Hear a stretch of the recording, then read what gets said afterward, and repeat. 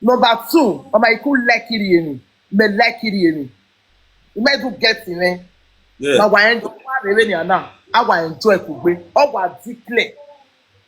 You might do understand. All what Yeah. declare. My wife, my nene. You told me my wife is saga. You do ba oge. You ba oge.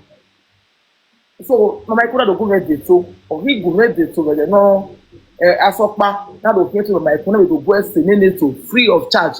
Meanwhile mama ikú I still understand am small na we na trouble some person. Na we mama wa to take me ni wa se to na me. Ma no do we do say ire dunye to iriye. Understand wa to take me gele na gele go ẹsẹ to ni. If say ina money mama. Mama give me to ipa okay 200 and something euro. I think this is a very short thing of balance ni. Emegi go party ne. You yemi mama Aiku wogi jore. Gele mama Aiku before the yore that time. Say mama Aiku na time wogi yore where ye go ma de to ye me de ni mwezu wo. Ye ne mi o. Baba ma we e le social media ga je de yini. You go like wale social media mostly o kan da we ni. Ama say like social media de o bo me ha do last year like social media. One of do mu na o ta me di ma we de ni wa Aiku iru. The man was Aiku na was seeing on the Kiare, Veterio, or even Kiare, and I was WhatsApp, I beg. Continue. Baba, and we were here. In a manner of sorted, Where are going? where is the matter, you know? After I don't know, the balance was 260 euro on a do me. Before then, after the Aiku was wow, I couldn't want to person, and many know your day. You understand?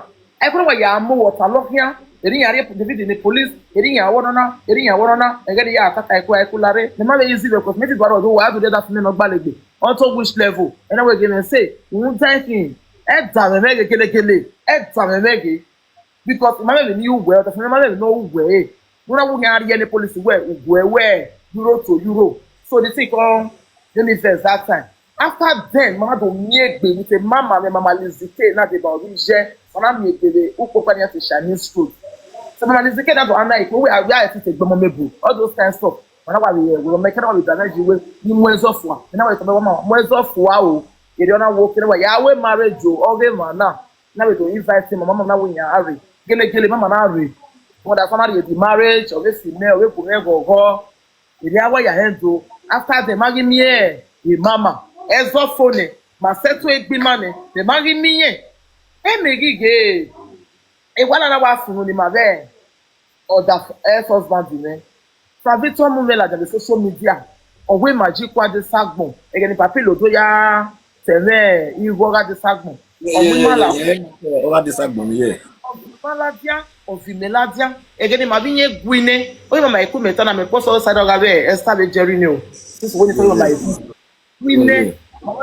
guine so e fo ki Mumela dia eri oko na o tale o zero baba men kena ya si yakwe ya we kwon your money because in here come here be here we get a point in it yeah imagine second day again what going to be like there again oh now tell they bug this woman they don't pursue the husband for his house after they talk they carry different men they go the house go they bug like say me where now I'm now where in my day now I don't know you might do understand or this time you get where a way or kasaga and all those kind stuff I don't see so the third day when you come out don't wear no one more go so when they get to ziobo il do ziobo by or even at the third day or what is swear if they wear me I said they wear me and not talk I just that is a frack of wear yes Frank they wear me I not just talk I also carry my Campari I carry my Schweppes I just dey you understand me I dey wash Frank you know what damn it because a matter like say we didn't have right to never live now because a matter now go far no yes or if we eme you arrest our ladian the way I see Frank for respect or what no that female mo adiowa or what's your eno or say him yeah set all that female up where like I used to set my husband up oponi marriage Esther to show na ladian or where okun or that we mo adiowa or who we yeah set all that way up yes not the police they didn't get tie me come on Understand? Left na enwa be low. Kere ya we ya mu yere. Understand? Whoever maybe the man time away no, but obey the mama be go aba. O we we ge. O we be ke go ma ge be to wa nye man he be nye go ma ge. Because o ma e ko nefo. Understand? First of all, just first drop. E jerry wa le ladian. O wa be Esther be say Frank even you know what time we in a platform you know what time you know what hey ni ya oba lo bebe ko ni meta na phone me na having gbe o be boy ladia egun me wu ya zinu nu we egun ya mi e na we me gi go vision e no pia no tie we ba ni for long my way mama oge ne matter mama wa wo bi juwe na mama ku ege na mama ku understand. Mama, provision you are gay. Esther wait all gay. Me, ni eli lo bi agbota. Iga re. E bo pa nyan ni jije ke ko. Igbe no gbe me ku to. Esther ga jun we fio Esther mo ke na la dian. O da fi me ma accuse make me Okay, mudane Esther Esther do o ta la jan were. Il me dit record ya can send you screen record. Esther zegbe wa we ka zegbe o ye gegbe balo we. Take it easy get kato we. Egbe ma pa le start I mean. He contract me maybe na see we. Understand? If you have to be there you sakaki. We get the point in it. Yeah. And so long you mama know where. O do aso se gbogbo e. O ro we gba o do isi opa. Meaning e mota no. O bi je we o no say na it's called. We are sunu ya we ni ge ye wona ya we o magani si no ero you may do get a point there anything no we are or my say so my word from the way I see miss call or man call you or man do this or my soon there ni ma be man you understand we my shop you need mo bi go if we agbon me be nota mo we ni abeta awe wa ro awe Mr. Oliver yes we can no masa so now where Oliver date ye ko na date Aiku me mo picture di na wo mudane Oliver we date Oliver okay that means why we ain't good at Oliver we date Ima baba Ima boy slow din o because mudane my sister even Esther mudia imana Esther name otaban we me as a binima whether okuna mugo yohun or etiare hotel sorry away party now me I'm not hearing from you now we Oliver we date or Oliver we date abi Baba Mudia why keep the boy in wetana why keep the boy Omomebo listen to me even weta me many where keep the boy away Oliver we date Oliver we date if social media ya amwe bola dia e boy slow din moto bo mo amwe bola dia e we keme why ya am social media na you are loading I will very yoni I will very yoni we no get loading. But the priest or tower no na massa o e na me na tie ko. Otani men no men we no asa tani. We mudia na wa mudia ni fe ko wa meeting na. We no asa. O ma se sadu wa otani no Jerry mudia Jerry. Otani no we we no guy or we Oliver ye date. We Osi Oliver ye date. And now we to ti fe boy you are we Oliver gele date on we ni zegbe we ye load e bono kwa load na do time abi do time Omomebo erita baba because oye na me we to ga me full egbe me e may do get me hello baba so gige even before that birthday so utete no ata oga e mata gele tawe Osi Oliver ye date on me right no ya we party Oliver because Oliver date on me right we mudia we record ya okay continue what are you here Temiya Marewa so me ge sta ladia Jerry be ladia ye na agua so me ge ya ge gwa ya bu me me we o no we ye wari o ye na gba proof be mama Aiku be time o we o na wa ta na ijo don senior na ko give am ya we pa Osamede ya we date pa Osamede Marital Osamede God bless you. where No mama Aiku mo the picture ladia so okay Osamede ya we Osamede date okay continue so even Mege Esther ladia as a witness and Esther is a wife me too I'm a wife and Jerry is a brother to the man only me we go be say na truth even no vision na in ladia we make ladia we go adult trust we get We ma we Benny Mekere. We ma we Jerry now we talk well Jerry was egbe na ya I talk anywhere we do talk well see say here we go ade na Jerry Mr. Jerry we have talk well na fi me yo nu la baba get talk for them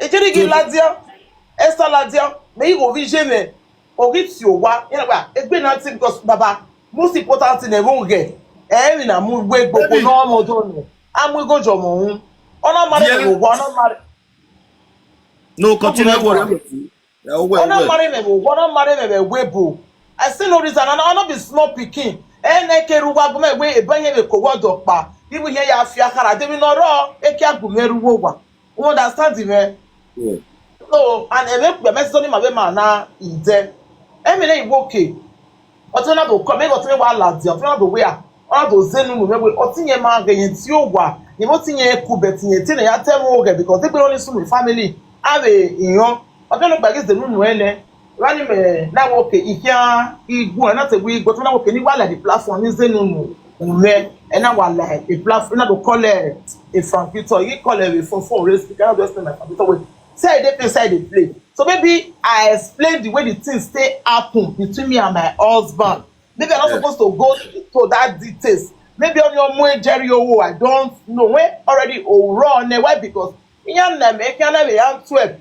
We have imagine when I am we go nyam tu oko no muri o wa we oko ni go se me no yen na mo bo gbe me city up na do tell we we that for me here pay the girl se me no me do tell police and area ogile ya sunu understand even naked the picture ni naked yalo ye better that for me ya go me understand so yes so then me na do is no have a Frank Victor when me why drop here okay Frank Victor when na make a expert for that female ona wa yin odukun or you wa yin odukun or tin o mo done eso ma take kan me ige okay tell me na me ask Omomebo what my children do what my this thing do I mean like I was really confused like but isunu na e make anything gang against me when you ya bully be card no Mr. Jerry we get one because we are record Mr. Jerry we no have your tie on we dey judge we how when you work well Jerry Mr. Jerry we na record we ya o wo ma para agun a o ma na kwe no gun fun na afie me yo nu we court e judge we all accuse you once you Mr. Jerry get to again we talk we Mr. Jerry we are not ya finish the ban e won not I mean Jerry here why we not out of hatred why because imabule money never in my life opiani ome eji vie ya gwo maku and ye give ye you know ya gogo no you understand me so I see no reason you na bully you know ya da fi me gogo idu abuli be ni me na be momo idu abuli ogere David ibuli obi me idu abuli ye dey stay kima ama iwe pe so you no do are me gogo iwe no you we take care of casa nya take care of wo wa do o pe tori uru ya dey mari ye be me mi ya kugbe all those things is lie within Osalogwan me even David know where oge no just know why the yam wa kana where he bully where he yage e dey wa just when e why ya hate me but e bo pa nya even Osalogwan no ji ma we man na o ewe oge niki he get bully money never in history no because even of even here yam even me step daughter step son area address money and the money very do ni fe ewe oge no we get a point in there so oyo go ni ga kin make it e Jerry so te make it go and me na do go make it for we wa ladia e gbe me gwe me e me no ma kan odo agbonjo e do be ye lolly omo ave la le lolly gbe for example e gbe e lolly ogun gbe e mi dan ma te be ni kin Ati lolly if you to lolly lolly, you understand? I'm a bit on the raw, you understand? Even Queen, Mono, most of you not know only every one of 50 years in a one very only. Never knew best of what a big was still ye van a year. You might understand. Yeah. Megige ọ̀tàlọ́ iná wà kó sí àìbèrè ní ìmábe igun yẹn bẹ nọ̀mọ̀ta ọ̀wẹ́dẹ́ omi yẹn àhíá dórí yẹmi èdè mẹ́wẹ́ nẹ́nẹ́nẹ́nẹ́mi ní wà forget chapter ọ̀gẹ́ ìbú máa ní so ní ma wáyà àtàlẹ́ nẹ́nẹ́mi ò mọ́nà ìwà mi ẹ̀wẹ̀ ìrọ́ ẹ̀mẹ̀gíge frank wẹ́rí tóoge o èdè má tóoge o ọ̀sùn ẹ̀ ọ̀rọ̀ òbí ẹ̀mẹ́ ìmáwé gbé láti platform ìmáwé gbé kọ́lẹ̀ ẹ̀rẹ̀ fún ti wọ́n dé ọ̀sẹ̀ wọ́n pẹ́ náà tó tiẹ̀ mi after ọ̀gẹ́ saga mi fò nẹ́ ọ̀gẹ́ tiẹ̀ mẹ́ ọ̀wé fàbítọ́ náà bí agbọ̀lẹ̀ mi rí yẹ jẹ́ náà wẹ́ mẹ́ iná wẹ́ ṣì gbáin iná wẹ́ rí yẹ wẹ́ ọ̀sẹ̀ wẹ́ náà ti wẹ́ nu bọ́ọ̀lù mi rè gẹ́. ọ̀wé bí agbọ̀lẹ̀ mi rí yẹ nẹ́ náà ẹ̀gbẹ̀ bẹ̀rẹ̀ náà ìbáraẹni mi náà ìṣàkóso wẹ́ ṣì gbáin yìí rí yẹ náà máa rọ̀ pa. Nọ ẹjọ́ máa mú ààrẹ social media ọ̀gẹ́ èpè Monica. Nọ ni. Jerry, you are not hearing me. Jerry, you are not hearing me. Mr. Jerry, you are not hearing me. Hello, you are not hearing me. Mr. Jerry, you are not hearing me. What's your bear? Omomebo go. Ina we ọmọ náà mú mi náà dé social media yẹn. Àbẹ̀ kọ́ mi tó tẹ̀ mí yà ni. Ọ̀nà mi náà we ṣì gbá. Ina we ṣì gbẹ́ náà we rí iné ọ̀sẹ̀ náà ẹ̀wẹ́. Ọ̀wé ẹ̀dọ́ bì ìfàbí tó bẹ̀ làdìyà. Ọ̀ságà mẹ́ságà iné. Even before then, Megige, mẹ́sẹ̀mẹ̀. Ina te Monica, if I was seeing many, we have contacted Monica. Ina ni amuba mo Omomebo now. Wọ́n yẹn ti gbìngbìn náà Omomebo. And before then, he made the recording, made the beginning. Next yata where ya gbé the social media. Ina call tiẹ̀ a Dave no race with him. Ina wẹ́n sábà yẹn gbé the social media. Ina wà àná ọ̀hún yẹn gbé náà we ready. Wẹ́ kọ́lé Monica mujane. Wẹ́ kọ́lé Monica. Who ya explain Monica? No do help you with the matter now. The bullying. Again, the names definitely from it to Sagame. Esther Mariagi Tota. Esther Mariagi Tota. Esther Gele when he understand. Ona wa tie. Or tiny your mother dime. Ogo geno ro ni baba. Onyo ga dime wewe. Egbe na ma take place and every na muzo ma e. Ona wa le yoduku ni egwan. Owe toge. Emoti Jesu ye ni so la. Omomebo, listen to me. Ogo re ni atare na. Àpò oge ni amuyu egbe, a ke ewo re yu egbere re na. Woni ta. Ma bege, o so lo bo le bo pe le keyan egbere ne. E ma ni fun ego oge no. E ma ni fun we oge ni. Okay. Mr. Jerry, of a question or no way, who even no ata bi ni ezigbo ni egun ane okay no water. We take wa hit take rebo. So me get start ladian or his swear, e talk hey. You know about the Yahweh barrier. Sometimes you want take easy. Even one man white tie, ezo do mame, jebe na hina ma yebe tana. You understand? The Yahweh barrier, not Yahweh barrier. Me ma okpa eva. If you ultimately not David, any of your man we bury you are like no Kenyan away or we if we need to be maybe agree. You know what you know Esther as the been no go ala ko. Any bidden here agree now. He may be agree the jeke we beg a man now. O ma no je no de ticket gbava. Yahweh barrier. Me na gugu me na de ticket gbava. Me na Yahweh what me kere with marriage. You understand? We the man no de ticket gbava. He may be gossiping. When my business no wa. But what that when you tell them none of we more When my business not in wa. Epa, Mr. Jerry, may you wait now? I will ask you a question now. She want you to Epa Jerry we mudia na. E record yaro, we no talo oge ba record yaro. Mama Aiku is Epa, Rutota for men are respecting or matter, Imagwan in our mute. we have to in matter. Sister kind of organ. Please do when it's worry, ni ya anything or ya. No, Mother Omomebo. Everybody's listening to you. The whole world is listening. Well, stop well for Mr. Jerry. Or we have a question here, no way. Yeah. I mean, fair women, and I'm who are date time again. I wedding area.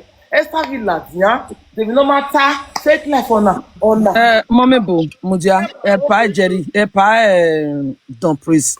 My bed, my affair, manana, when moti weban, Yeah. we gave no sunu. My beg, when I go yari manana, I don't permit to do a waste of my time, manana. Or where mudia baba, mudia. Wasted time. I want to get no ya go. Why ya go see? Oh, A man can spend more than 5 hours here. Sis, I want to listen to yeah. everybody. So what get go? What get go? Ọ̀pọ̀ máa sọ ẹ̀. Omomebo gwana, Omomebo gwana. What get mo be talk for now? Òun gbẹ̀ ní David, òun iṣẹ́ ní risk, ọ̀ya mọ̀ ẹ̀bọ̀ ya. Òun máa sọ sọ́jọ́ náà Mama Aiku, a saga agent. Na wakase no sunu the saga ene. The main truth how now.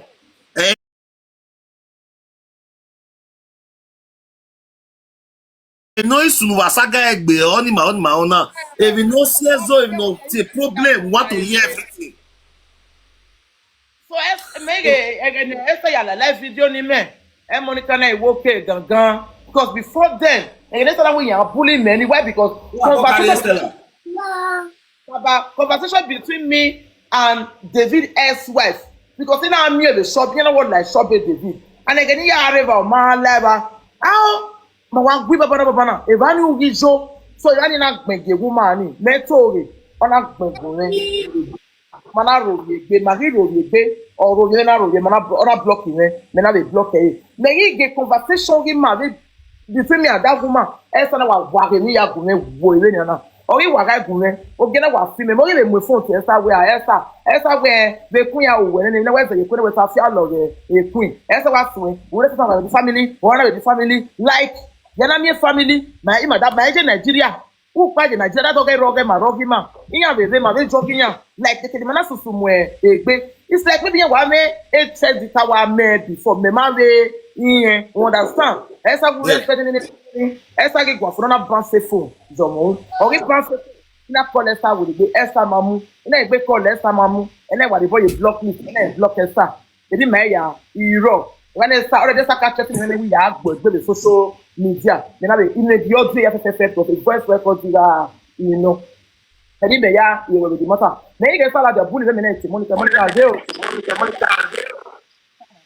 na ka ga ne Esther ga iladia ya ladia na Esther so gele Esther ga iladia Monica na iladia na Esther Monica we upa igbava ona wa we Omomebo ga ewe family matter yele na fina ga forget ma na wo okay eni ma ya forget the matter Esther magi ewe o ladia me o we ya magi di plae na iwo na fe kakati agun iye wi me no iye wona o le gbe yo bara fe kakati no gbe bara o ya gbe o ati we ma yi me ke social media we ma yi me ke fe kakati a we ma yi me ke fe kakati Mr. Jerry no the food Mr. Jerry la wa ke no food no make it no tamando o kwaso gbe me mi o kwaso gbo Jerry because iwa gugwa kede rate fe kakati gbe ona bana ale so ni lejeva because he give me you iwa to tell you that fake account like that Ola mujane Mr. Mama Omomebo okay sisi we talk when Mr. Jerry la o mute side we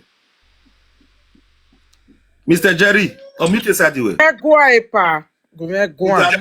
Esther muja we na wa mute side ore bo gbera gbiju e ogun ogbera gbe Epa gome gwa meti ebo. Megwa le mata. awa gwasi awa wi an no we ha talk we ga wa Ima kan o no ti ebo. etiebo mudia Mr. Jerry stop prissy we not trigger me ya the platform me wan e jeri na ladian ogun ya me ti gbe ki ayi mo we oro gbo we bi a Jerry na we ha ti gbe ka we je e se jota the platform me wan ogun ya me ti gbe ki ayi mo we oro gbo we ki a wo gbera gbiju a ogun ogbera gbiju you no join that where this one no just oro go this gbo one gbera gbiju a e je bi mama se ra mama se ju e a wa gbe o wa this one no sun join that where wa sun wo apakan iju e mo da we gbiju a na gwa bera wa biju a na gwa bera wa biju a bi aga Brother Prince. bi ade keke iro le Chateau Rouge Na gwa le mata le mata. na we meti go we People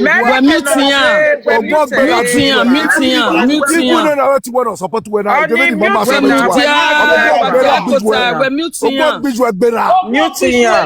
wa asun we bi aga no go achawa gbachawa ni we no we are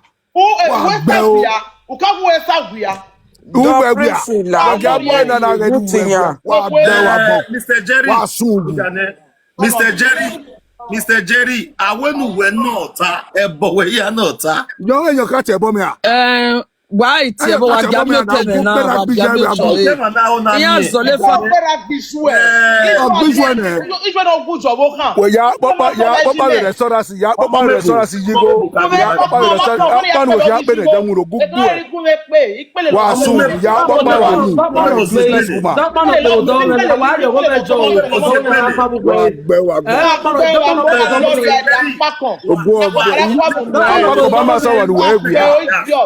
apa so mama ka wan which work we are? Epa, please. Ijwe we are work. Which work we are, Jerry? Ijwe ma ijwe ono ma no ncha we. Epa, the priest only a casa gan. Are you hearing me? Wa sogu. Who say the video are so ya we. Rose when I like a saga. Just a party. Why you say Africa so go lock you out na we kia le. Ogun Ijwe. Ijwe wa. That's why we start about Ijwe. Go Ijwe. We no we are. Agia. What ma be handle we won. Epa. Wa the woman want say the video. Go ma want say the video. Epa. La ya treat my man gbe ogugbu e. Ogun ofiaje ne wa go atete. Ogun fi wa yen. Omomebo ima vi yen to won mo draw but Omomebo fuck up. Ima vi yen to won mo draw. Ima vi yen to won mo draw. Esther mudia awa ime respect e. Iyen go ko na gbe be ba lo. But awa keke no be behave as a father. But oti e bonani ai pa why that people are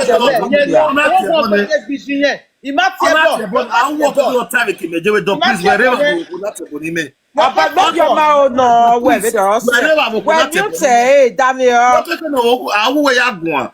don't priest when you say don't priest when mute yourself or some when mute ya Omomebo te born Jerry zigbene Jerry Bena ye teme na na tana Omomebo 50 years old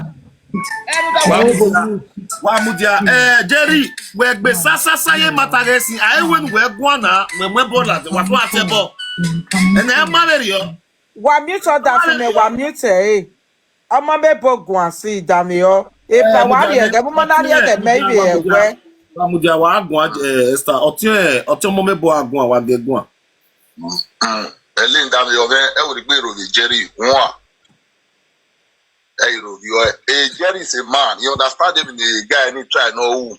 Effort number one, if you beg the grievances beg your man or temata no or lad on temata. I'm very satisfied. Or woman oh no Jerry, I know when I hear little thing, you know, when I tell you or tell no mouth, but not try not to defend or thing. Understand just that the way near you bring the adulterous level, all those things, if I need a man every year say, but you understand him not try.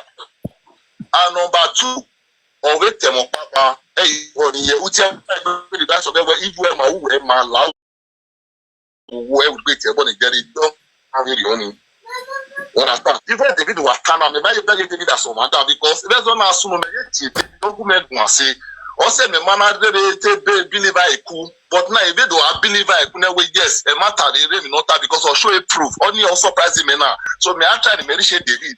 Don't please Lawo. You are a man of justice, you are a man of truth, you are a peacemaker. No, I worry, I settled the matter. I worry. One of the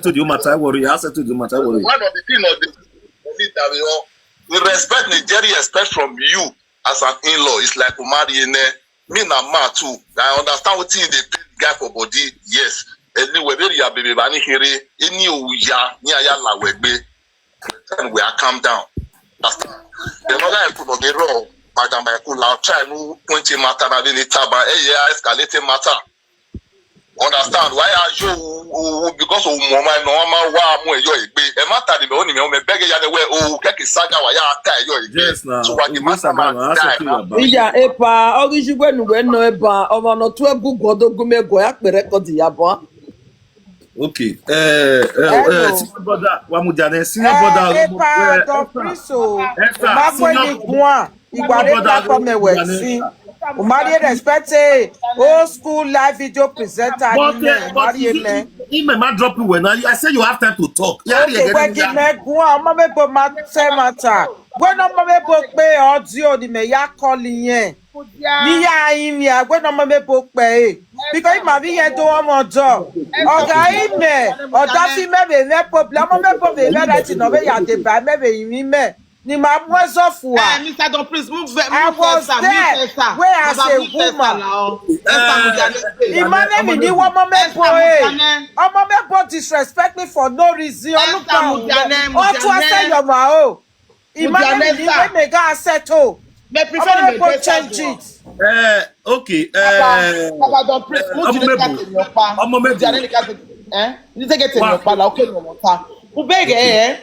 Esther where imiya be party where ina miya be party oge ni majo be Duisburg iga toge egbe tu wan mu me wa be time no je mo kata we beginning I we start wa ya later I me gba be Esther ya turn eso that's no gbe me no o mu ya de paro again Esther ya re mo da so won go wa pressing me o pa be ni me wa mo weekend Ima pressing we my sister Temata ije pa we mama kwadu we explain na me a we ya no time matter no la gogo ewe yes mudiane ya pe record ni jeti me we mi aga pe be na e record ni o te gun ani me Daviyo me ma record mo itamu we na what time me when the record well because we record Omomebo ma mo ebo ye me na when the record well because we record Omomebo we tie boy you do we matter me when me record we record Daviyo itama we record mudiane itama we nu record me record itoge ma we the record ni we record ibe ga je Jesus Imatama we nu record. You come we nu record. Be ma record. We be record where who attend of my village David who we. E du ka mame. Iba toge. Oh shit. Ma we boye me na. Ima who weigh me down that first day ni. But e no ya sunu ye who matter we weigh me down. Who time no ya sunu. E beta na. Iwu wa ya. My men and my sister me matter we na we la wo we la wo. I me beg go we temata. Me ma beg we. Esther Mills mudiane. The beginning me yan the beginning ni. Iwe ejeri git me. You know why you attack me. Where we waste quarter fini or 10 years show o e me na no why we whenever you go because me don't invest you understand now they Esther come pick phone say only no not talk like that Esther carry phone Esther talk to me wella you understand me ori go ane all the word that fin here we no ya mo ya go no no na we come na gui le vani instantly because Esther waka bo wa won say you understand we on managerial gui jina wa be wunye wa be iyewele this starter Megi mi ya be Germany, iga toge, imo ha, we yeti we owoga mu we beg na fearful. Ima begging ya, ima be mi ya, because as only man say, ni ma ya mi egbe wa etu egbe. De ni e we, understand? Ima beg ya, mo ko bi an know because he go see Esther, no wa Esther Maria. Of so ko na do gba Esther. Omomebo woman no go are UK no re or si we no si maybe no e mama princess no ke UK re no go aro da owe. Ina tuwe after imavugwa mi egbe ne managbere agbe na to tuwe be down we table I swear down I swear Oma ni mute go I worry ga continue ije be tell to salo be table panya yi we ga mi we na wo get gban no me I ga begu why ye because if you pa river ni nya no dey beg we ni nya because my egui you understand again when do ya move after the oge desire me mi egbe ga desagmo eba ni na snub na bonwe me yi gwale mama me ya no re e me ya bego da fun we me yi bego da fun we mo ri o bol na for ari kiss yo on we there yo we ma begu wa gelegele ona woni so ni na wo ma baba me pa wo kan we kere o ona wo ma me na ye ke bi atome wa e kiss ni ose you understand because they ma we David Igwe they hear the gbaluwa wo we they hear gbaluwa wo so e owo ni ga akin o get me before wa kedo ladia do asaga me wa gi saga me ne kwese before Monica kedo ladia Monica wa be jona wo kena wa be yewe we magi mujo to Aiku iwa be like life after the magi that life video maropa imagi guan imagi wenisi imagi we even write up you nothing then wa ro ye me say it is a guy e was a guy abu yo to da lo ka mu to o loji mo so saga because from you go bully me this one my life me le ya guan awo be relax you never you we buy the church be there Oni get go for nani me ve guan me ma understand the word. Video ni ya ko say oro e show when I be me na me we prove na Aiku be tie where e jerry osimi that na me we prove wa he really if na accuse me ba megele iwe and next time we talk e ma be the phone to David iye we start tie David wo ma ge iye me do gbe megun iwe be what about come on stop me now na ni yatana you understand imale video since last year e na case nu Aiku iwa mu Aiku magi mujo to wetin I do am and he made disrespect Aiku there. Oh, you never what we were hating the natural, even what tiny. Yes, you understand? Aiku iwa mu o magi mujo to what to buga bi yewe iladia e mo ye fe kaka oga mo ye fe kaka ti ya gbe mi na oga gbanu me oga mo ye pisu bo ya ke fe kaka na oga gbanu me ha Aiku ze mu Aiku magi yewe me magi ze yo My sister were going for near and he bring points in me. Here were going for the last one now Aiku wa be latia ibege we wu yodukun buga na Aiku we a mama ogele we videos for ni we a or we videos for Aiku time we na na Aiku go mama send in the video Aiku we block him block Aiku ve na ye go na makele send the go and the go yo you understand if go yo me go after on your see emi ya fefe nu we tie against me mama me ni we go we me because if Aiku we video ni me we come Aiku we mamia video ni rie ni me ke ati de ba we because already aware o go daddy ani you know what so agwo ma lie e be we ma so wa we umi right ni yata we odori e ba ni even time live video ge e ma ba Aiku Omomebo na ya no what matter na we ona say to here baba ne wo maro kwa ma egui Kabe Sananya wa take it like one kind. Oh, no, what take it? Esther for them, a brother. I'm not even said to I work from Victor because from Victor, he may get a disappoint. You mean from Victor who matter now. I might when you only where they try, never said to I work with understanding now. So, or no. So, go for them, maybe to okay. Mrs. Omomebo, abi Madam Omomebo. That's what baba. E matter na, the second time I know now, who na say to matter na? For me, e matter na ogbera biyan repair ne. Understand? Ogbera ne Listen, a question no way.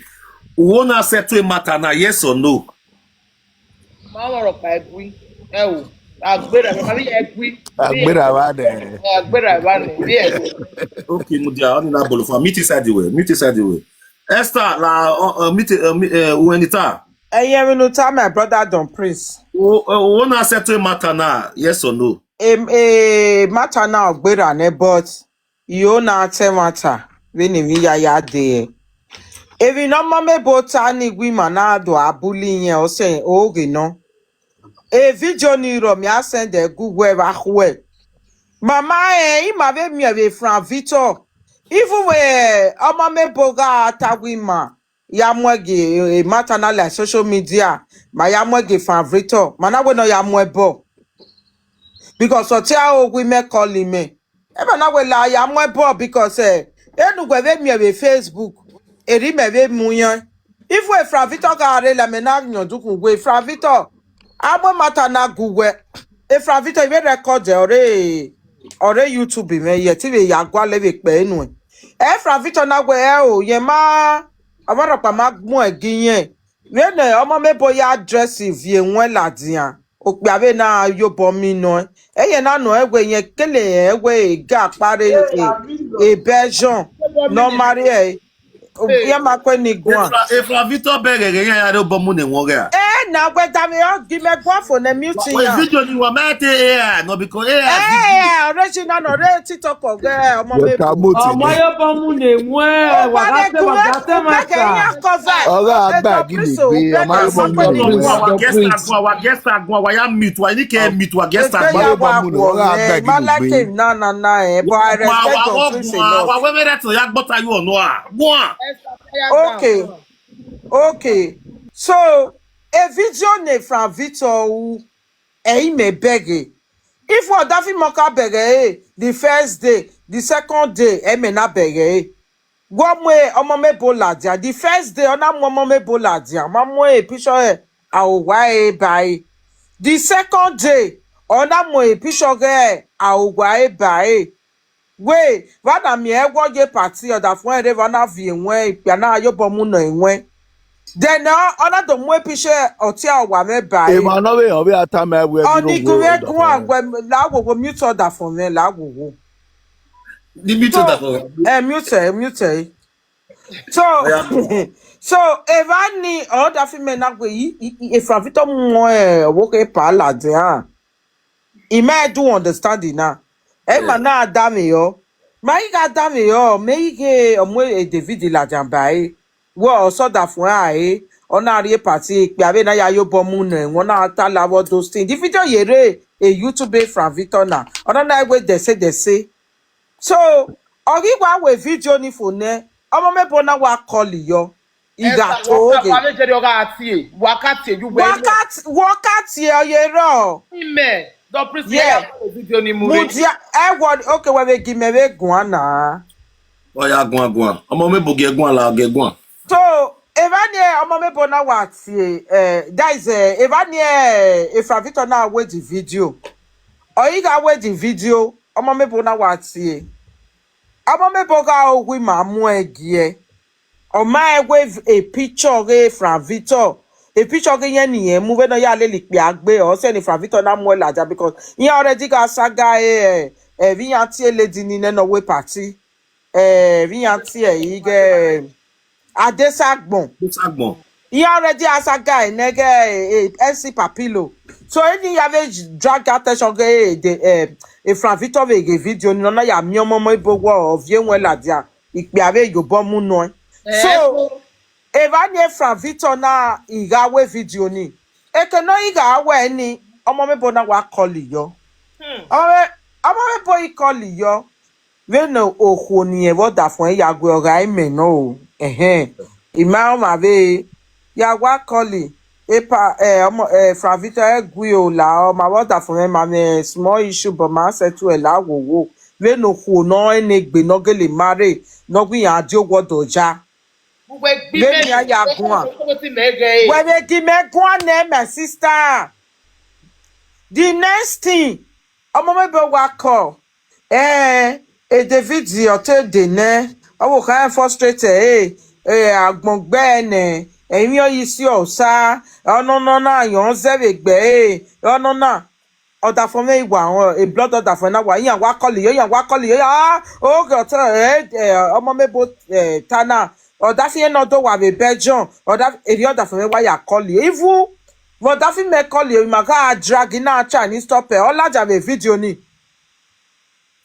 me na gwe mudia gwe gi me gun gwe take easy all laja be video ni Omomebo una guto go so abagi ma be video ni because we reva na e me na gwe segbe o che na gwe oge no area o me na be do tai na gwe oge na gwe Omomebo oda fun omo ere bejo oda fun gba ogo eyan mu eyo gwa oda fun do wa ne so ma na iga try ni ma do tawe evi no Omomebo ta oge no because yin wa talk down on oda fun Efra Victor family oda fun o ma oga bola janu dewe no ya dress o talk about a dressing ni no more da fun egboto eri yan se we gboda fun eri ono na all those things that was what provoked us.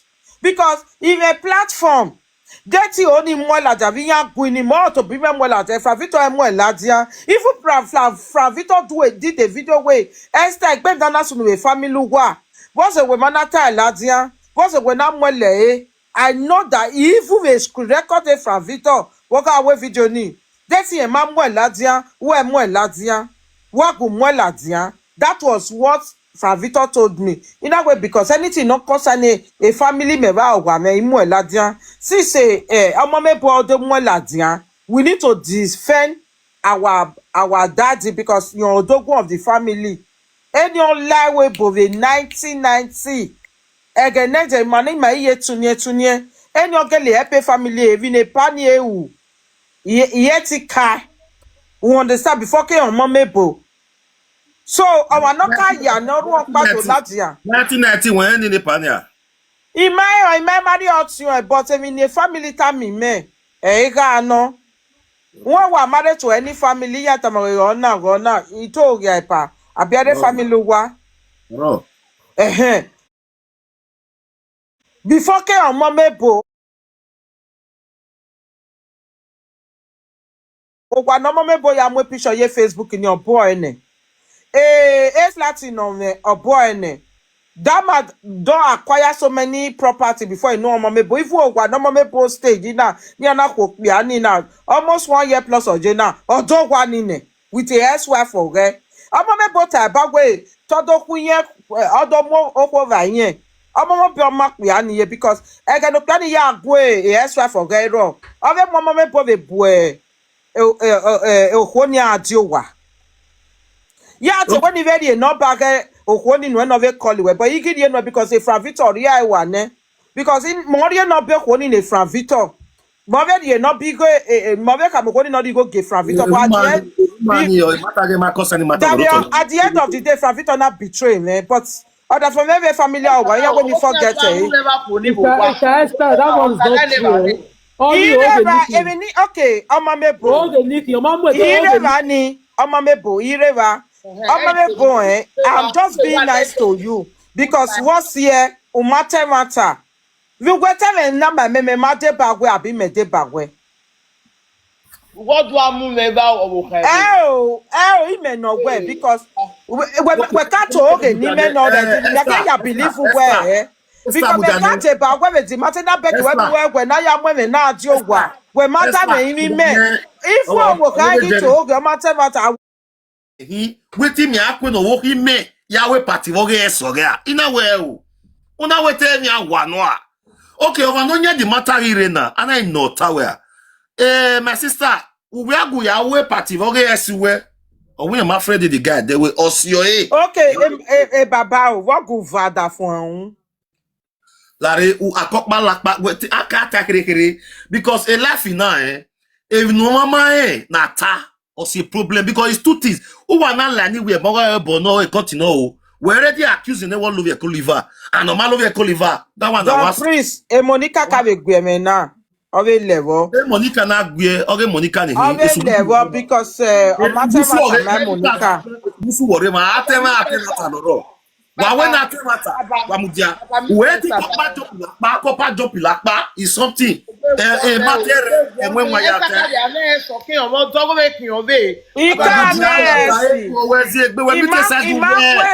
for 1 year Esther no we esi wa worry ma teme esi ka wa yo worry yo teme esi ile awu worry ma we ateme esi we na mu go yo hun Esther se Ada agwani me ile wa miamia agwani ke esa we ntai agwano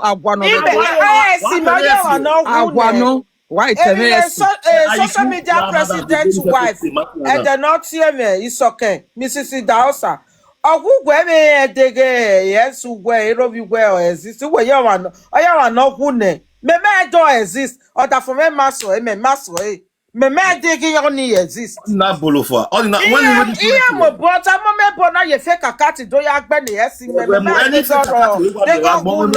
they go ye ragbon Omomebo ye soyo esi me soyo esi Esther yoni correct Omomebo zegbene if yoni correct Esther etigo egui area nwa ya tawo huna o ya love ke Oliver is a big lie.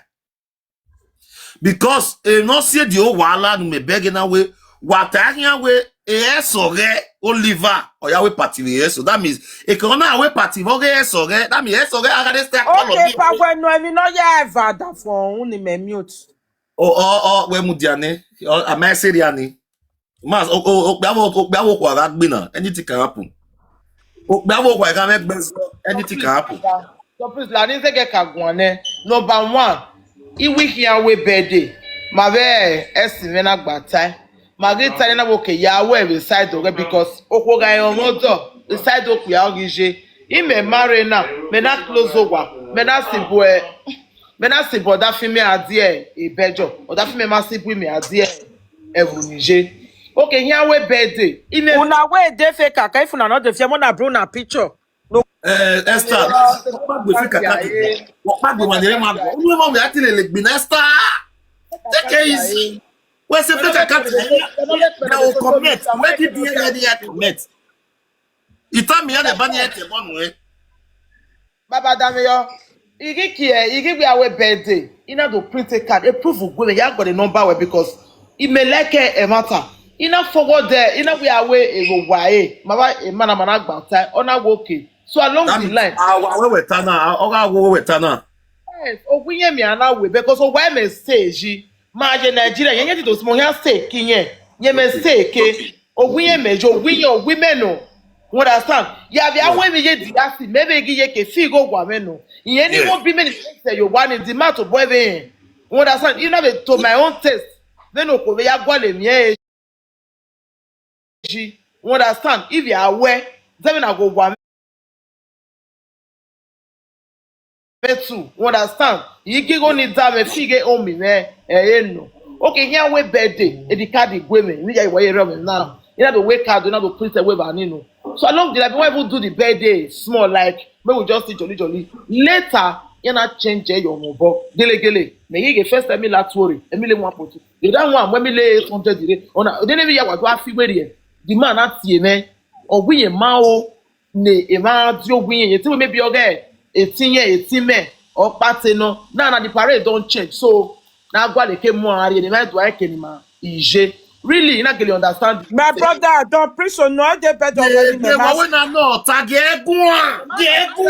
But when I know get one. Esther get one.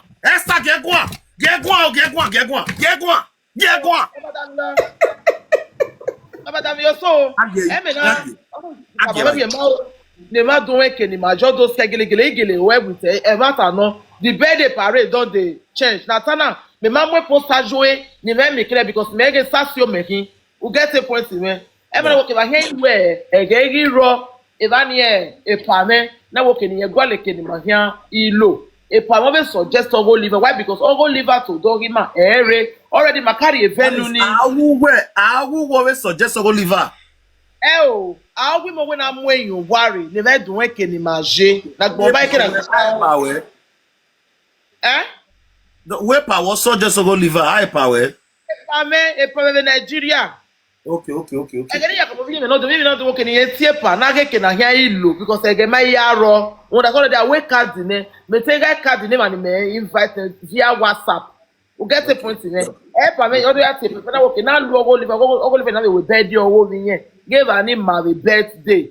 So order to contact over Vijay na go to Oliver. Vijay na ya rent her ni me ya we birthday. Ma ya shift birthday nipa. In the two cards, wa beg address over David, wa beg go dey to change the address. Je ogo Oliver. Eni me ya take ya we card ni mana ya na awu we ya tamu we the card man dey too much card beside oge. Why ya shift area ogo Oliver? Yes. All of that the list now that the rest of the talk papa ni at the social media she say the right thing now. No one record I'm gonna record when he told it. Yari number we ba ni forward dem yagwe address David nuge kenada we gbe change address ari even me so normal self or when that we na change venue oni ya give do mu nya we oni o se ni ya mana ire eri oge ba ni ya sunu oge we ivada from oni yes o ya sunu o sunu na vada for won ta eme hiata na mo marry David mo seke mo egbe mi awo manokin you be marry me you be a woman in merekin you understand before this birthday you e kakabo you know why in here because in my way marriage you know what complain o ma bu mi pay attention that era gele when you ya support More than that, Bemili say, Baba, you mama me there. You understand? Emily say, Mama, marriage with David na anagbe milise na. the doctor, but in my working feet. You mama me there. Wa mi anyoni ma de. Na kewe bosi ariyo wa. Ima we VSS. Or David why ya? Me wa be ya. You understand? Be everybody go to tell in Nigeria. Ama me, mama me there. You know what I complain because Oma kweni ya check ni ya lega ni be get dem ade. Okay. Even a gele accompli. I said ba me. Iya ma mi enwo. Later be do we go am gift to give am when ya yin nice so. Even na when ya fla when ya gele dele ni come na ya work please ya ga. You might understand. Yeah. So it's not enough soon the marriage ni. No be do soon the birthday now. You know why you know ya ga hian lega. O ma mi we celebrate him. He was total big this I mean manire even invite cigar invite yet twinya yet check it dinya dey okay dinya re ba ene in a way on a way na wa nya you so na when cigar you on my life after marriage who cure men la or imagwa lo iwa dey happy on a okay he make go we marriage in word that for me where mama me what me away or the for me move ah one more uji when we know what we mean because it can in here okpiana e party well when me have a check they ma do okay when can we make back when we are check they ma do okay wa we say understand e mo we are total suko jekona wa pump wa mo o na wa imu na wa dey party warrior no warrior because I know say na your way even if mama me no real line na mama lizike no wa provision no dio not ti we ba o not ti we ba si mo ko e ba understand ona wa to overall senior brother we are because most women now you ma joke the power tap for me o mona the power tap o ya do restrict man I continue mama carry on even na wa ti obije no dio we are doge o obije no na wa ade eliboti dey happen na say see or me do I don paro na my brother come dey say eliboti dey worry you all those kind this because we go have women gele o to no na wa ya igu me gbiba ona do rie David o na do rie Ladia e dey say wa are iye keka lo do rie Ladia because my mi yen le gbe fian uwe buni ona we ni wa digwe ni wa yin oda fun me uwe party ni baba ina ni mate aro me ko me toge because iwa yin ya yo to kele gina wa digwe va yo to ki make the native religion gegege ina wa digwe bu we kuni le gi digwe owa we o shishishe ya na wa mu ipagbe edu ya ti memu ipagbe me na fi we ni mata we fone. That's an experience. Among you go fian your but Esther, who will bere matter whatever when it Toria. Wa you understand? Because wa no will not temata. Now temata denen na. The men no wa va fe ko pa. Mr. Jerry wa why? Oh hey, ma understand. Mere manani ire mana. Ma wo were ma. No Esther ta me but we no take no say on that be. E no say on that ija why. Explain it now. Esther wa ya fe ku e pa Wa gin ya de gbere na o ti yan be ya se yo pa wo ya de continue my sister. That's as I just need down don't beg gan ona do mu me pagbe after me meta me we mu e pagbe ne a spirit na wa do iwu I no come get the energy again like I no come dey happy again of gbe spirit ni wa ya total na wa do ke bottle e champagne pa ina wa to wa ni wa iwon because me ya we ni ya ko ya kanu understand one wa yo me ki be ni ya kanu ya wa we mi iwa na wa gbanu me ni wa bege mi ya no isun na wa do ki champagne na wa do awon iwa awon owu ni na wa do mu iho na wa gbele ne musician iho me no the birthday ni e teacher ni bring man down imu e pure water imu a bottle of water you got toge. Understand? Even a bottle of because he just need to enjoy it because he only disturb it because they not giving a joy. No, he can be away party them with we get a point in there. Yeah. And now what really go there a musician or he plays right now what really go no. Now what really ne now what to tell now one so by finishing now to lie will tell you la way will tell the marry that the next thing nyere esu taimu nyere wo wa no ku we oye we talking take your singlet no lo oya ke wo no ya lori e o me na total with oteme no ku ya ni se yare Nigeria ni o ke Lagos ya jo close the shop o do total kere mana ru we ba me go wa be sun we wa be sun wa o ke na wetin be your problem are te na wa be ye we ni se me ye wa ye bi me ye ko ne Ni mana wa bumi ade keni tota merie wivon capi me ya we part merie yin re ne e mana gi wa me that is from front na ya use yeke e ina ko that is amigo ke na amigo je eri ya ri egbe ties yeke me ya de You know, I push you. yes with full What force push you ba what ibe de based on where ohun ni ka mu yen ne ogugwe pattern ibe yin mi ene understand how many do we need to go ya worry about gona he go me low or the family way ga many ye dere ni ya support we ye katon any kin ya support we e ro pa eru we o da ma e woni o gbe meba e ro we no ya ruwa me o se mo ta mo no ma no bu ye gbe me e bo e ti jo I wa ri e na kwa amigo ina wa ri e go to bi ri we ya ro to gba an meri e ba e ogeje be ku e ba yin so me wa ro to be when I was there. Papa Yeki, we only na land the water. This back end, we wait time. We party now. We party for we are last year now. That's no. Oh, I disturb we were. a good woman, dear Baba. So if anywhere here, you know, for me go, anywhere here go to go. Me are you go to ni go. Me na me na wa lo here wa me ri ba yen. We ya even here.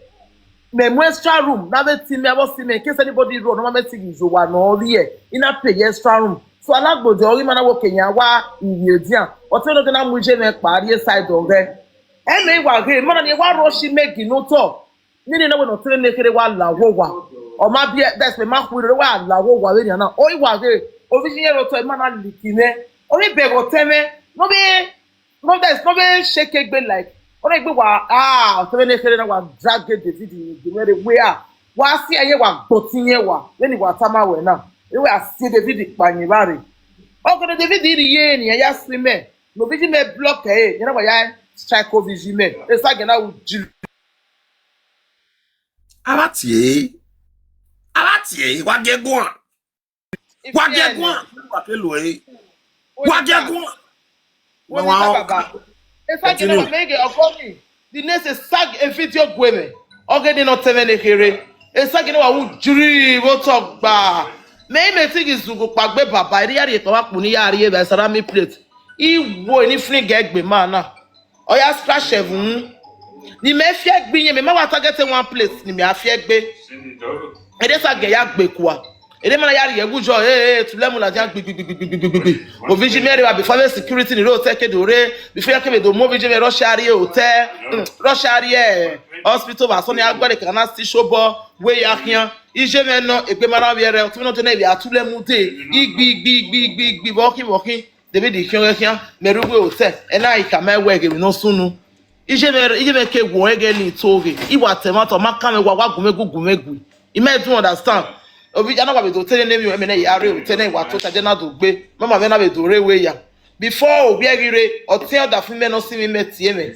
wa je e na we re o tana wo ke ni ade ni nemi teme gbe ni nemi wa go na we ati wa le e ba ni wa pa because I don't tire I didn't to abuse relationship you understand me I no just get joy I don't feel like you for the marriage no you're good for me at all not the enjoy na package I just dey we get a point in me already know what to come in way of four opportunity now we have you ọtí no dey rí tí me na wa be expect tí no dey na adi o wa make case o wa ibi ye ya fefefe ọ̀pọ̀ ma kere yen na wa ri palo yen total e mama me na be arriva the by Nicole landlady oge be ko the by engineer oge yen na total yen na do nota o igi explain me no sunu ma yan eti ere ma na ọtí no dey no na yin mi ame tí na wa do yen na do cha ni asset mi ya oh now I am moving like I don't like wetin dey play so I no just need down how can you stab my brother dey tutu wa gbe when dey enough for back head ni gboto o get me wa level only the name of marriage you understand me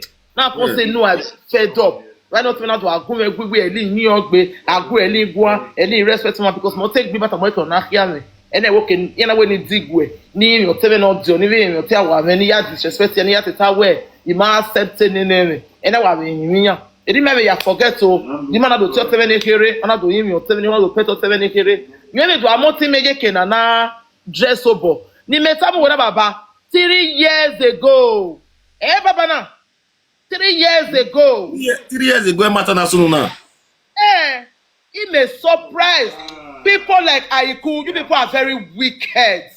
You people are wicked. I swear down. 3 years ago. Engana suno. Papa now. Ganeze ge we no we. Na. We mo di maka ge franca. Na franca na gbe do so di mata do asada Aiku. Okay, mo mata ge franca do agbe me a. Then Guana, if Frankie Bue or by Aiku, why I gbe na. Ima okpa ma eva TV na Guana ima okpa ma eva. Ima okpa ma eva, ima kole Frank, ima tie Frank, ima tie Omarokpa. Ima okpa, wo je Frank ya la dia na Aiku, so mi o mi kere ni bebe bege wu we o. U bege be Frank ya gbe Esther ga ataba, wo ke na yo bo mu no menwe. Esther we no gbere ivo. We no gbere baba go no wo kan wa kon guy. So no mi akwaru nu, no ya gwe. Ọwọ agogo na ti David Bobojo ege ọwọ ya. Ogele wa ya. Petesta, emi ahim no kwa hia degbesta. Eti David gire ba wege ni. Ko ya me ya temena, baba Ikwa de Sagbo. Duwa e manishi kuni. Ikuni was October. Desagbo. E city ni mejina, ijere e wona ijere city ni mejina Desagbo ni. Meri one, e ijere no. We ijere city na. Oti no dio, overe city na. Oti no dio, no see me musician, no see me DJ. Overe city na. Yes, I know Kakabo. Emi make Kakabo one day sitting in Wejibani. But sunu Ikwa de Sagbo was October 25. Understand? October say my Aiku wa deje me pi. Ona wa to tage ba. October 25 Ikwa de Sagbo. Yes, 25 or 26. Ni metamu we na. A man na re divorce gimene. Or ye divorce the maigiro. Divorce in the first court, my divorce was October 2nd. In the papers, a man of file a divorce. You don't send a divorce in Gume. Okay, it don't come October 25. Remember the no Kenya way. No na work there your bomb no me when. Maggie raw, I did divorce in Gimene. My first court in there. And the next court, I think on October 28. 3 days after Ikwa de Sagbo. You know, to a bully way open road water. Igi road water, the man who for the already divorce in Gumene. Udavio baba, imemi ya when you ya for the gwen one day. Yana do atana we, eriye o ya mu dia kire, eriye ga yobo mu no menwe, enwe ko woto, odere, epa makosazuwa. De bayin law me, otwe no ko oriye no re Dublin. Understand? My man gi ro. Next adwata the live video ko ro godo. The second video again no ga ata. Oda for time. The Baltimenopia, which is a packet corado, the Baldafi honey. Or Daffy only went 2 years bed your woman, Manariva. Mayana Bay, Mr. Boy now, damage when you are now. The video report is talking, eh? And I walk me a gamu pin. Now, tell them, man, I'm a hero. Or cannot go over on it. Or ye divorce the Gimene. Ye ask forget Gimene. Udavia Baba. Wow. Magiro, now you couldn't want to move on a Valadia. A man had a divorce given over we working a divorce ko to kan we. Yes. Oh. Na ikuna ladia o. Mama like about divorce. Okay na wo wa na returning na wo we returning na. Oh baba. If no see e. Ina do tie teme. Ina we okpe whether was na we egbe na woman. Why are return the bride price?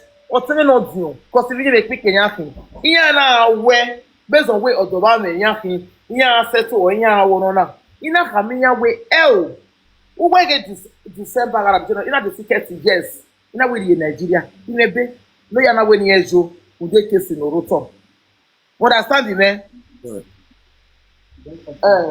ele na we ni ejo sorry o ma gun egun ele na we ni ejo imagine ina do mi egun abeni tore. Not a warrior.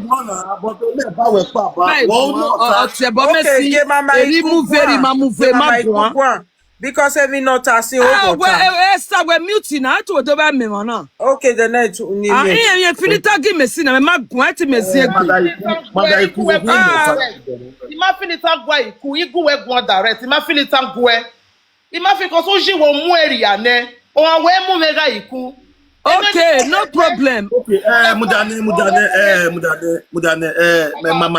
mama, Omomebo, ete bona Aiku. What thing no row net?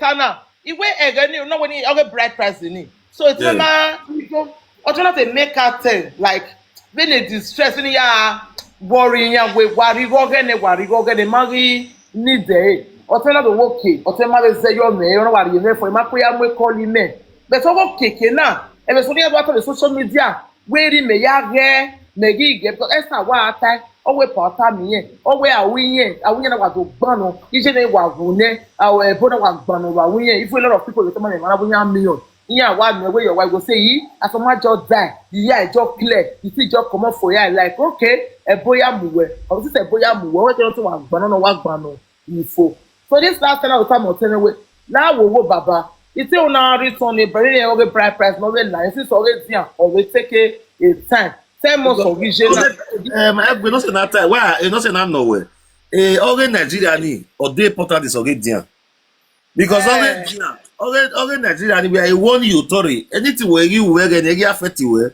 but man ya we no tori una wear anything e no dey good like that. I never do anything. I never do say if a bouquet show e may wear anything. Okay. We get a point there. May wear anything. Since then we have segbe aye o mai lo ve ko gba re since then. God forbid. We meet inside the way.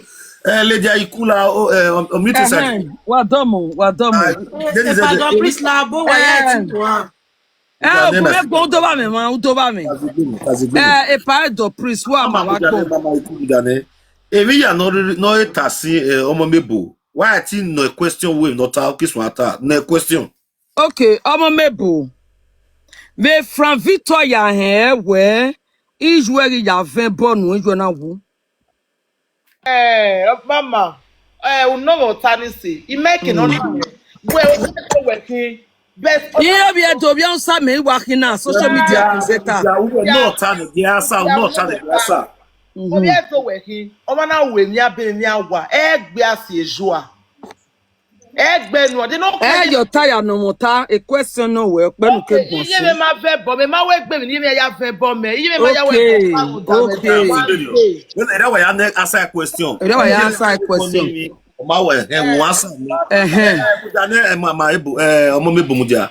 That's number one question. Oh, you me question we no ano ya. Iye me question we ni hian ye be ino Omomebo uwe taban wo liver we esi we no. Oma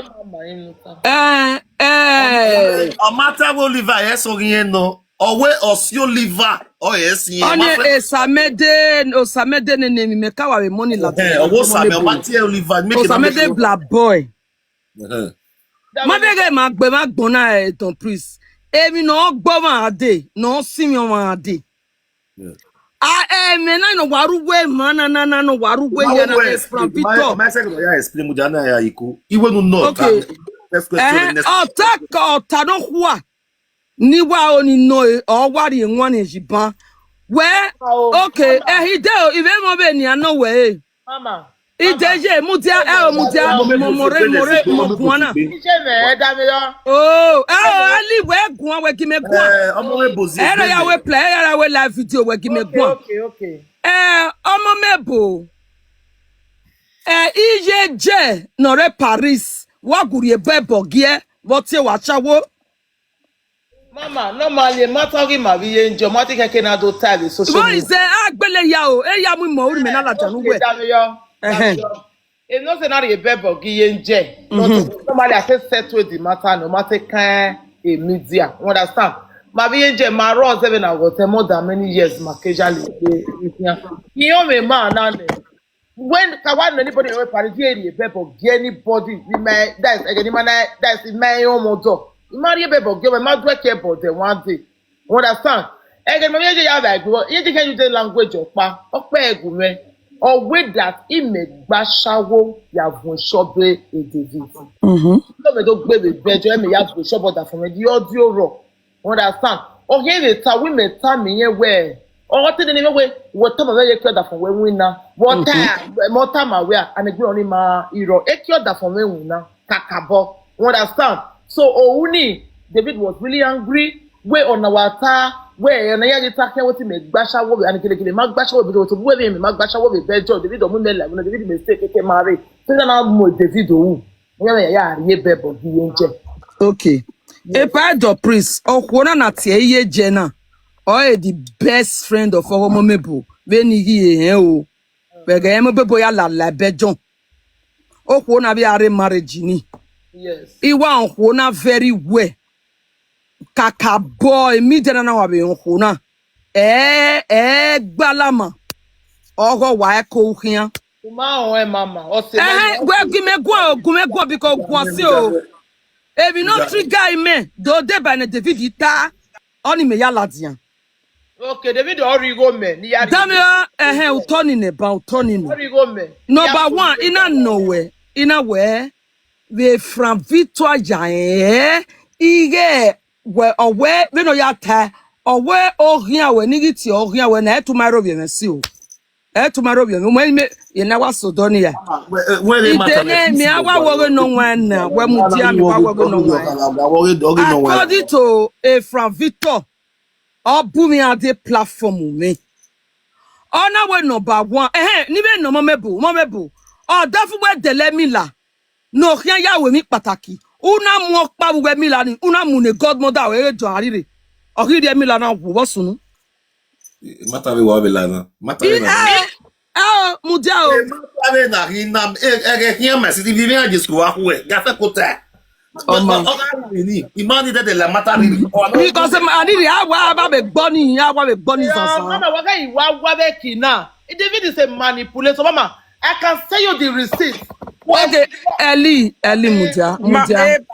Brandon Priso, Mama la wo we Queen se ke fi ono na me yo. Me ke fi John Omomebo ogbiyan le lebo ne o Marital ni go.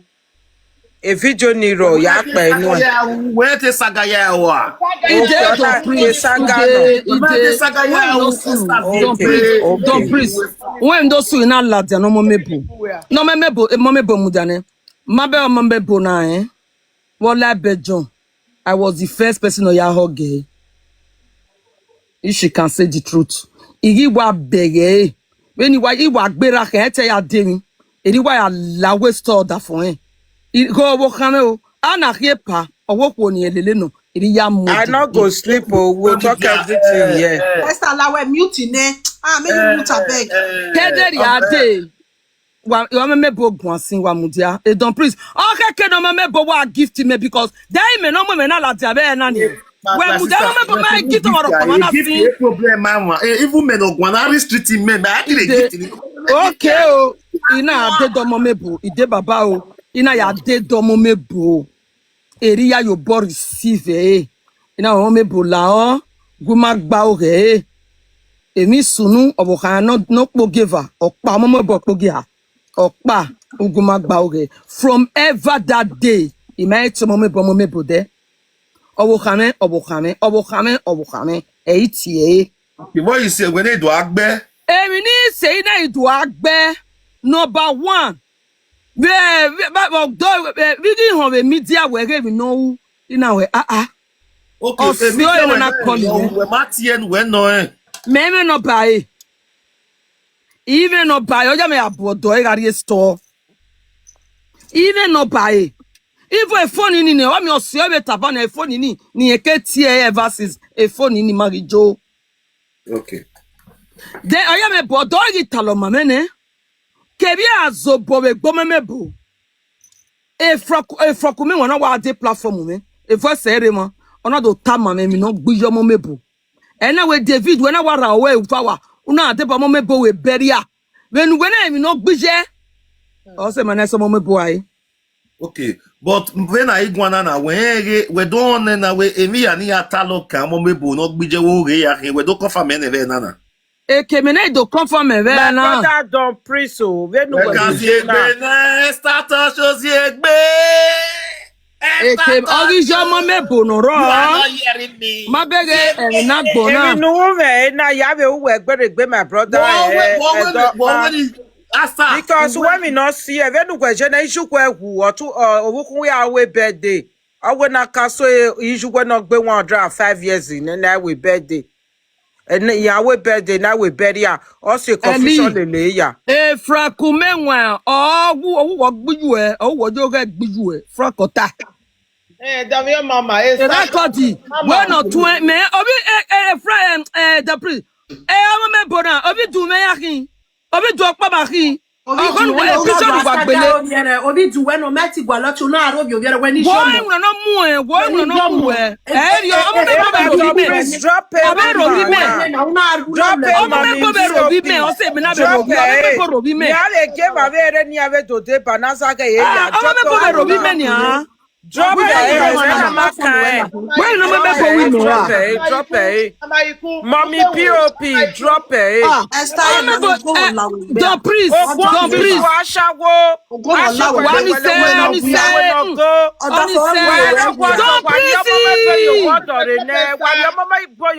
Omomebo mudia.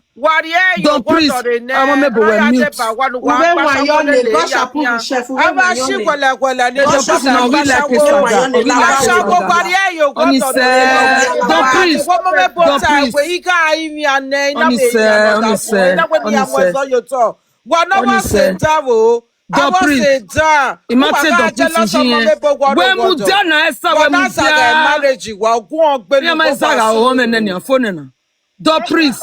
Mama, I want to talk about marriage. More room where I want to fight is Zaga. But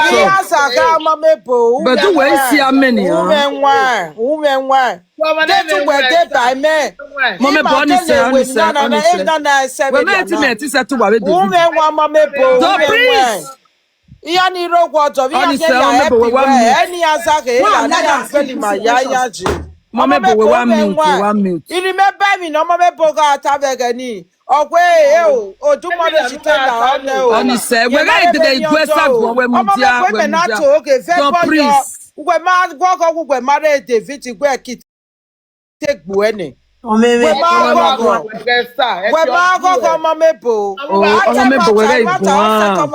secret ne emine frabito talelu we na mi akpe record ma we Omomebo mi ojo ma egwo mi ojo we fe bo yo Omomebo awiya ni owu a ugwe ti ya deba we ya gie we the priest again now the priest the priest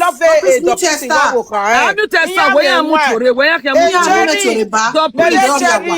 the priest mere jari ma yero won sagani asagai mai don't priest na sha don't priest we like a cannot tie bo de baba Omomebo se da ya don't priest like a cannot tie bo mi to ma when you sagai the priest so mo ka ye leva when you sagai me so da for me leva mama sa ke ba de ba Omomebo we no la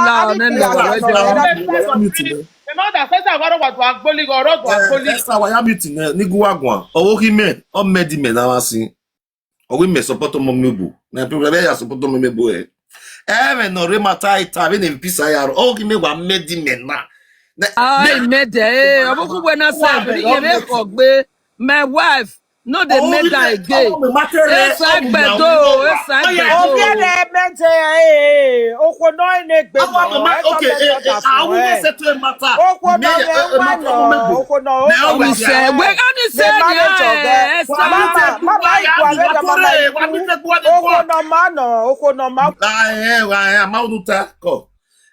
Omomebo me o we dia. Hello, omute gbo Omomebo. Omomebo me o we dia. Oh baba. First time we la platform na here.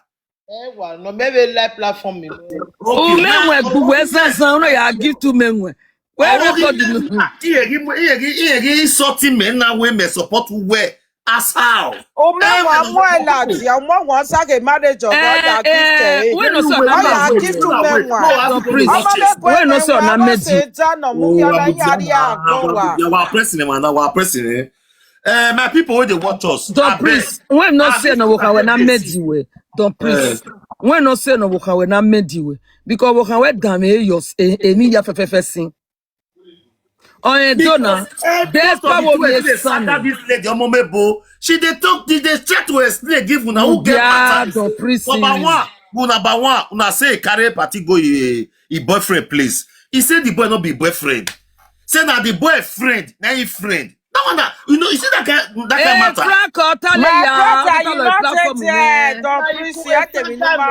matter. Saga Omomebo, me Saga we botale ya mame. Intina record o mai record yin. Was ye record wa wa kwe. We are going. Yeah, talk the year you talk. I don't have what to say.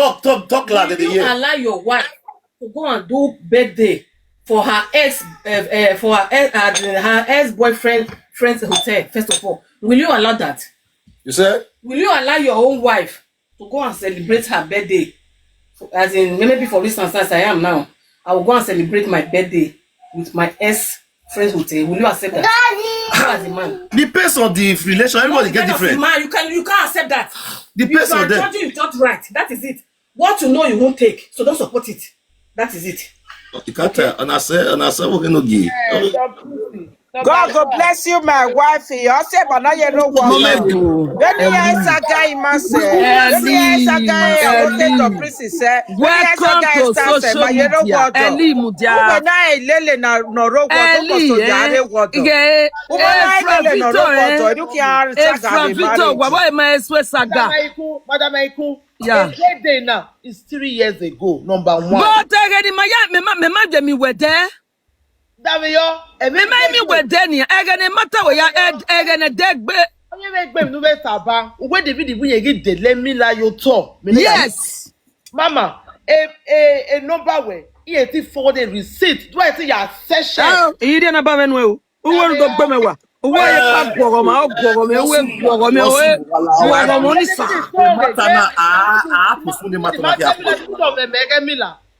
David on me mega mila. No more Milan Jari. Milan Jari, respect I want come down because the priest wife don't ready to me and not talk again. But meanwhile now good wife. Yeah, no make water. Because what is she talk? She don't ask your husband question. Now that one let me just 1 year. He don't settle the matter. Because priest who is a judge now, me have a tour by telling I'm not settle the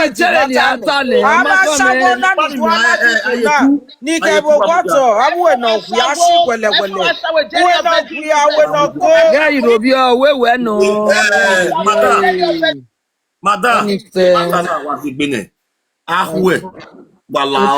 Other baby carry on from here. I'm making that carry on from here. What am a Frankie? What am a Frankie? No face Saga. We don't want Frankie. No face Saga. Forget a Frankie. Your Saga was Saga.